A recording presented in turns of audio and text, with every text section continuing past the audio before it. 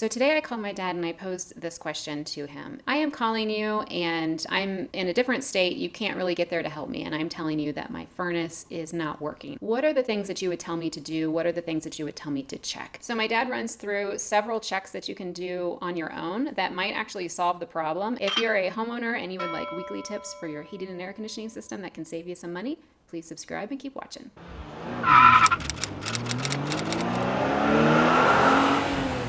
If someone were to call me over the phone and say, gee, my furnace isn't working, my first would be most fundamental things. Is there power to the appliance? When there's a power outage, the thermostat pretty much looks the same. How do we know if we have electricity to the furnace? And the key way to doing that would be go to the thermostat. You'll have a blower switch or a fan switch. It usually says fan, and it'll be auto or on. If you put it in the on position, the furnace blower should come on. So that would be the first indicator. If the answer is yes, or if the blower comes on, obviously the answer is yes, I've got power to the furnace. We can move on to the next thing. If it's not, we need to investigate that. So let's go downstairs and take a look at it. One thing would be is some furnaces were installed with a plug-in, an outlet, and those were really nice, and it was easy to be able to tell the homeowner, well, just plug something else into that plug.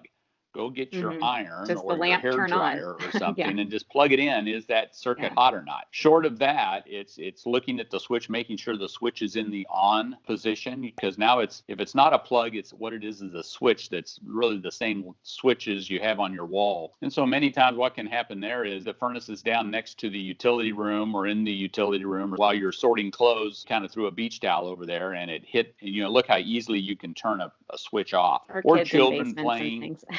That would not be the first time. It's very common. Okay, who's been in this room? So those are very fundamental things. Do you have power to the appliance? The other would be, is it turned to heat properly? So basically going back to that thermostat, you've got your heat cool switch. You want to make sure the setting is right. That is it in heat? Is it calling for heat? Is the temperature turned up high enough that it would be saying, yes, I want the furnace to come on? That would be the very first thing that you kind of have to get through. If I'm just talking to somebody over the phone, is do you have power to the Right. appliance? If both of those two things check out, what would you say are the main culprits that would cause a furnace The to next not thing, work? it's still wide open. It could be a whole host of things. But what I would tell you to do, it'd be, let's turn everything off. Let's turn that light switch off downstairs or unplug it from the outlet, whichever that you have. Let's turn the thermostat off, shut everything down, and wait a couple of minutes. And then what we're going to do is we're going to turn the furnace back on or plug it back in.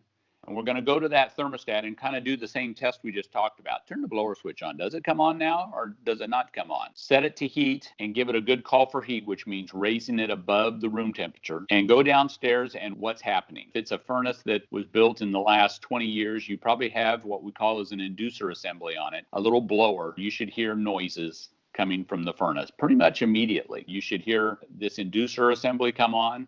After about 30 to 60 seconds, could be less, could be a little bit more, you should hear ignition to the furnace. And it could be in a couple of different formats. It could be a pilot light actually lights electronically, or it could be a hot surface igniter that ignites the furnace. But you should either hear a little clicking for a pilot to light, or you should see a glow, much like a glow coil. And then you should shortly after that hear ignition of the main burner. That's kind of the sequence. If those things aren't happening, frankly, it's time to call a professional. So many times that we can make things worse. But at least you can tell your technician, I've determined that there's power to the furnace, nothing wrong with the thermostat, and it's not I hear igniting. it calling for heat. I don't know what it is, but I'm hearing a little something running, sounds like a little blower or something like that. Yeah. And then nothing ever happens after that. Yeah, that'd be very helpful for a technician. I know that a dirty filter can cause an air conditioner to stop working if it's super plugged up.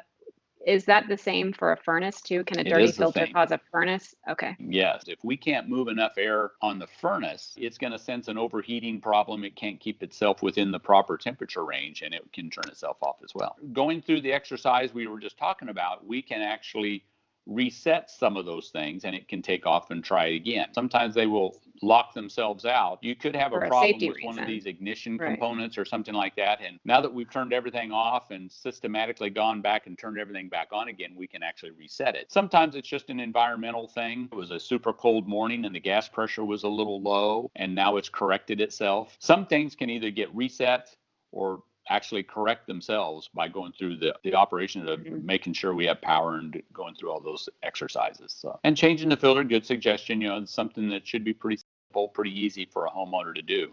But you kind of touch on, you mentioned the maintenance, and I don't have a hard number, but I can tell you from experience, a good 80% of the time, if I go out on a no heating, or many times even I can even say this on a no cooling, typically it's from a lack of maintenance. It's dirt related. Okay, cool. All right, thanks, Dad.